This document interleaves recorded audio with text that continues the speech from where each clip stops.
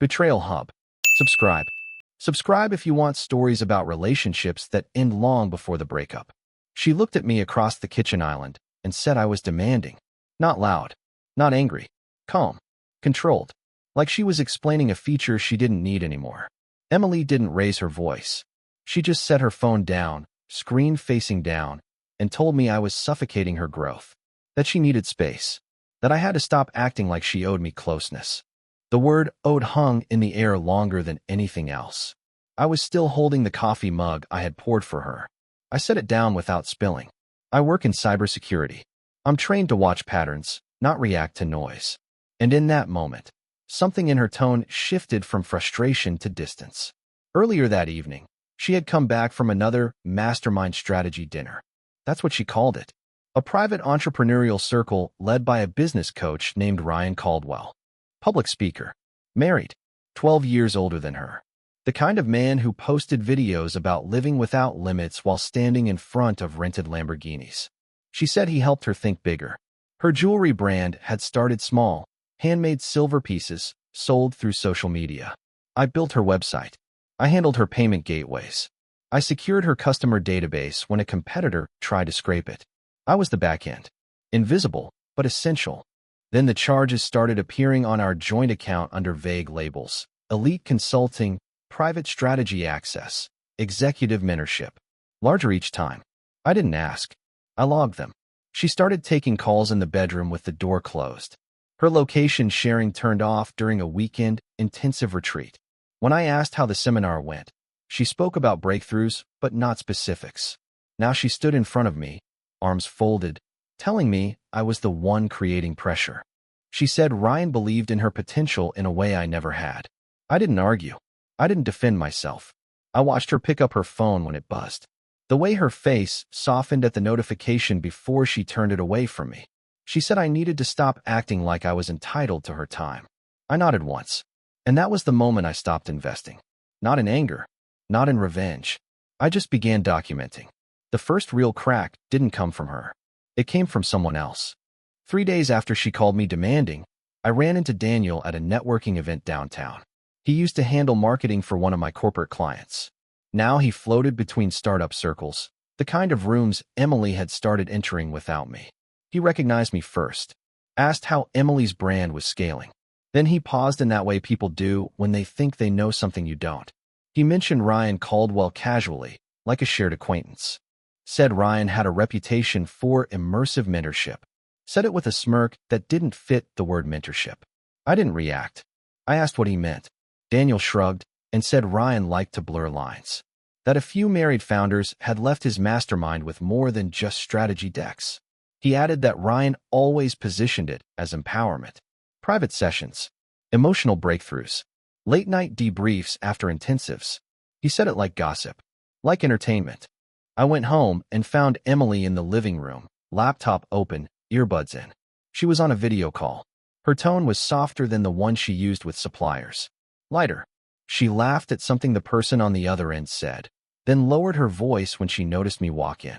Later that night, I checked the back-end logs of her business platform, not her messages. I don't hack the people I love, but I do monitor systems I manage. There were multiple login attempts from a device not registered to her. A MacBook under the name RC Executive. Admin-level access granted 2 weeks ago. I had never approved that. The date matched the first private strategy session charge. In the morning, she left early for coffee with Ryan. She said it was about scaling into wholesale. She wore the black dress she usually saved for investor meetings. When she left, her phone buzzed on the counter. A preview flashed before the screen dimmed. He had written that he couldn't wait to continue their conversation from last night, that he loved how fearless she was becoming. I didn't confront her. I exported the access logs, and I revoked the admin privileges quietly. She noticed the access change before she noticed me pulling away. That afternoon, she called from her studio, voice tight, asking why Ryan couldn't log into the back-end dashboard. She said he needed visibility into her sales metrics for an upcoming investor pitch. She said I was slowing down her expansion. I told her I had updated security protocols. I said any third-party access would now require formal documentation. She went quiet for a second, then said I was being territorial. Later that evening, She tried to act normal. She placed takeout containers on the table and talked about a potential collaboration with a boutique in Austin. I watched her hands as she spoke. The new bracelet on her wrist wasn't one of her designs. When she went to shower, her phone lit up again on the dresser. I wasn't looking for it. It just vibrated too long to ignore. The preview showed a hotel name, a confirmation for an upgraded suite tied to the upcoming mastermind retreat. 2 guests. She had told me it was a women-only intensive. I didn't scroll. I didn't open anything. I took a photo of the screen with my own phone and put hers back exactly where it had been. The next morning, she left for the retreat. She kissed my cheek lightly, like checking off a box. Her location sharing turned off halfway through the drive.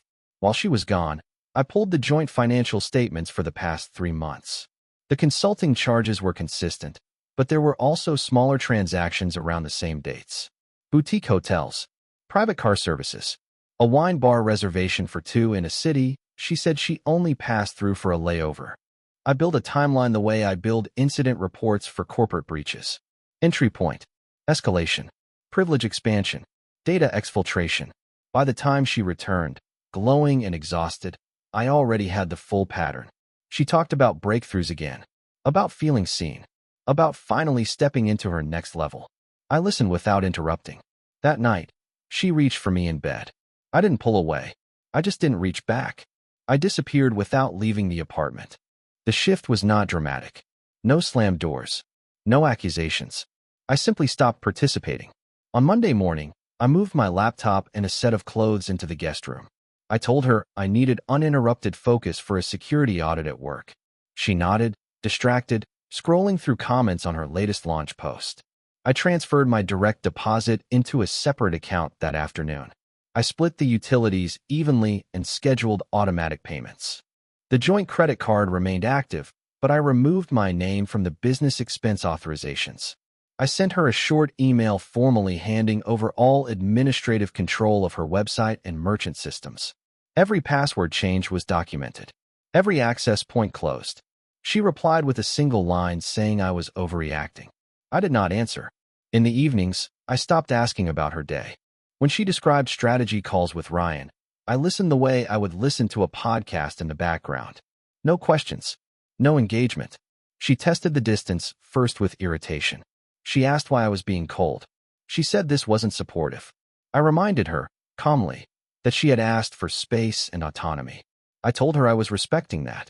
The next weekend, she had another event out of town. This time she did not ask me to drive her to the airport. She ordered a car service instead. While she was gone, I met with an attorney. I did not tell anyone. I brought financial statements, property documents, screenshots of transactions. The attorney asked if I wanted to confront her first. I said no. When Emily returned, she looked at me longer than usual. She asked if something was wrong. She said she felt like I was slipping away. I told her nothing was wrong. I said I was just focusing on my own work. That night, she stood in the doorway of the guest room and said she missed how we used to talk. I looked up from my screen and told her she had said she did not owe me closeness. I said I was simply honoring that. She didn't have a response. Ryan made the mistake of underestimating who he was dealing with. It wasn't personal. I never reached out to him. I never threatened him.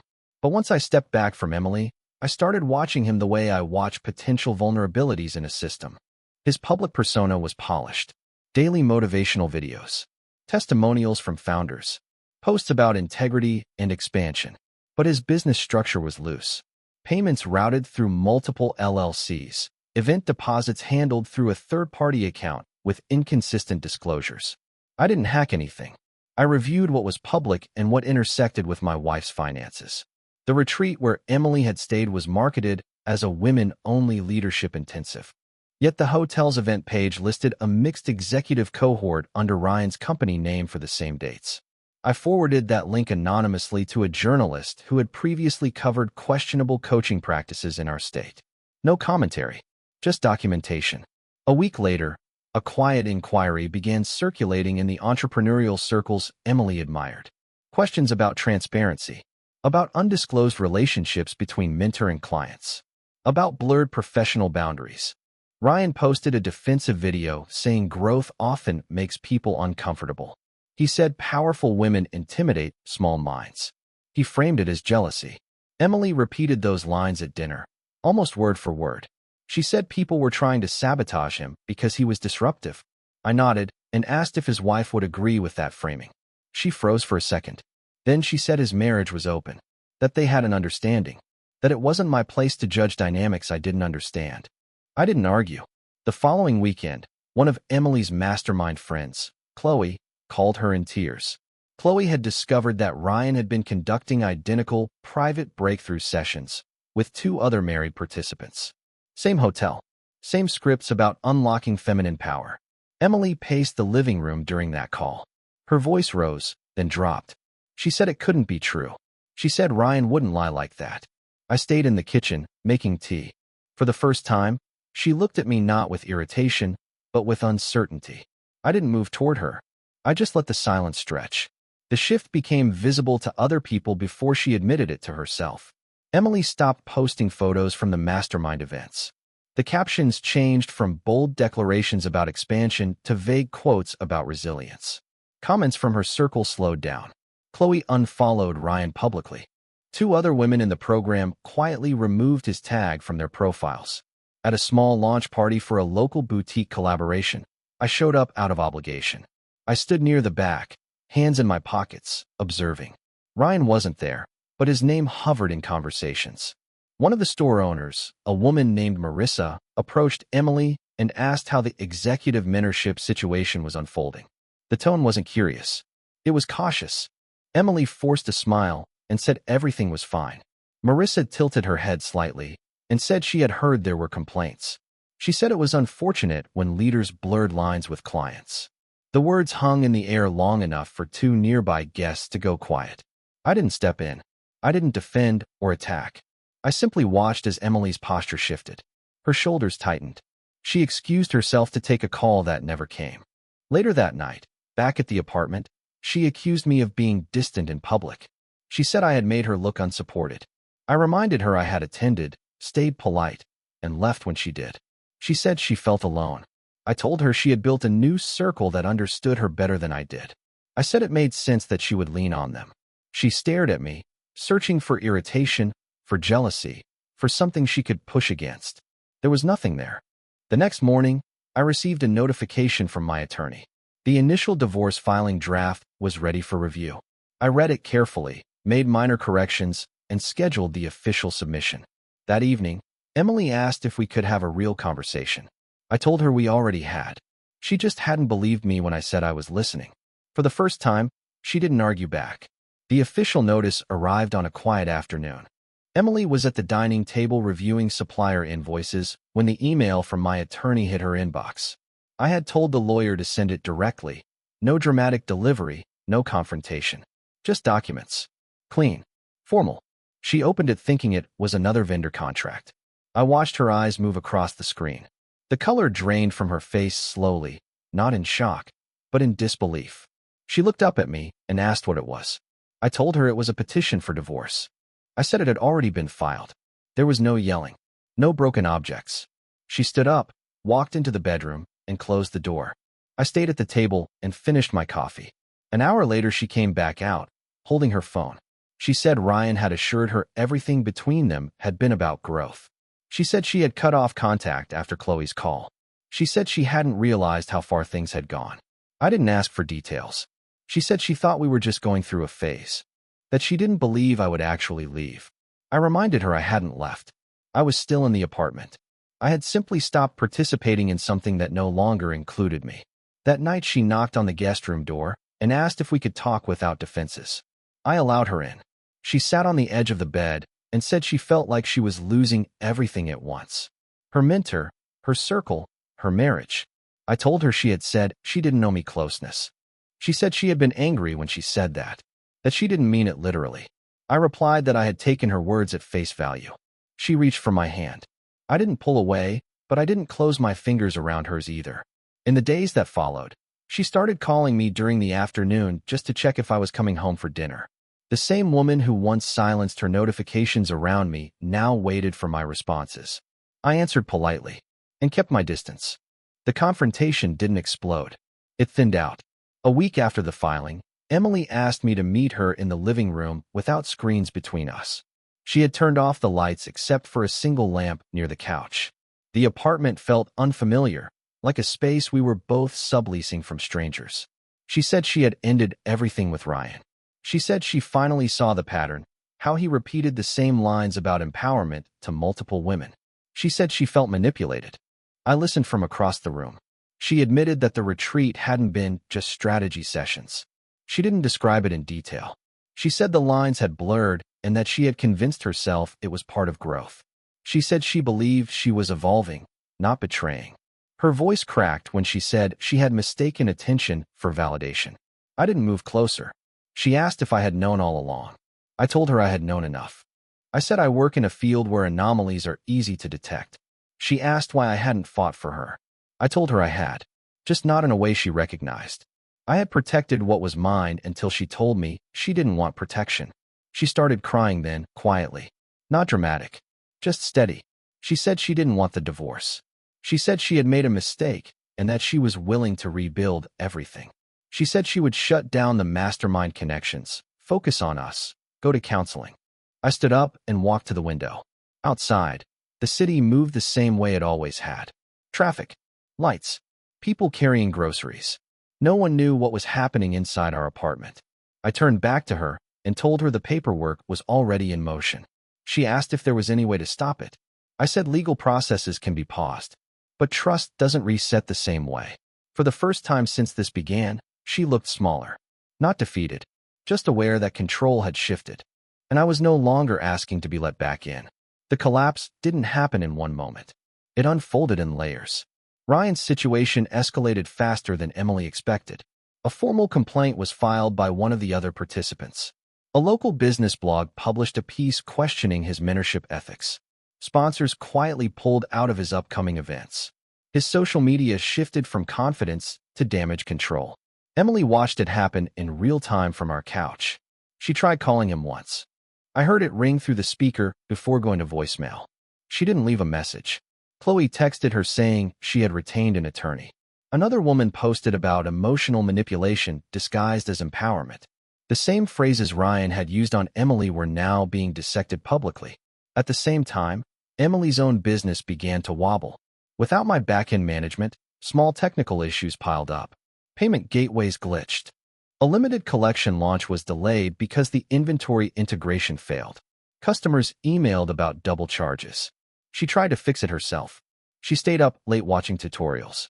She reached out to a freelance developer who quoted her a number 3 times higher than what I had ever charged her, which was nothing. One evening, she came into the guest room holding her laptop. She said she couldn't access part of her analytics dashboard. She asked if I could just take a quick look. I told her I had officially transferred all administrative control to her. I said I didn't want to blur boundaries. She stood there longer than necessary. She said she had misjudged me. She said she thought I was limiting her when I was actually stabilizing her. I didn't answer that. The final blow came when Ryan publicly announced he was stepping back from coaching to focus on family and legal matters. The comments under the post were not supportive. Emily closed her phone slowly after reading it. For the first time since this began, there was no one else for her to look toward. No mentor, no circle, just the quiet apartment and the man she had told she didn't know anything to. I received a notification from my attorney confirming the court date. I didn't show it to her. I just saved it to my calendar. The last conversation happened in the kitchen, the same place where she had first called me demanding. Emily stood on the opposite side of the island again, but this time her phone was face up and silent. No notifications, no late-night strategy calls, just a blank screen reflecting the overhead light. She told me she had withdrawn from the mastermind completely. She had sent refunds to 2 customers after the payment errors. She had booked a session with a therapist. She spoke carefully, like someone aware that every word mattered now. I listened without interrupting. She said she finally understood what she had confused for growth. She said she had chased intensity because stability felt ordinary. She admitted that I had never actually restricted her. I had just asked to be included. I didn't correct her. She walked around the island slowly and stopped a few feet from me. She said she didn't recognize the man I had become over the past weeks. She said I was calm in a way that scared her. I told her I hadn't changed. I had just stopped trying to convince someone to value what was already there. She asked if I still loved her. I didn't answer immediately. I said love without respect turns into negotiation. And I was no longer negotiating. The court date was approaching. The paperwork could still be withdrawn before final signatures. She knew that. I knew that. She said she was willing to rebuild from zero. No mentors. No secret retreats. Full transparency. She said she would accept separate finances if that was what it took. She said she would earn back access to my trust the way a startup earns investor confidence. Through consistent performance, not promises. I studied her face. The ambition was still there, but it was quieter. Less performative. I told her I had never disappeared. I had simply stopped showing up where I wasn't respected. Then I explained the conditions calmly. Counseling. Full financial separation for now. Complete transparency. No blurred professional relationships. If any of it shifted, the divorce would proceed without discussion. She nodded. For the first time since this started, she didn't argue. And I didn't move back into the master bedroom. Not yet.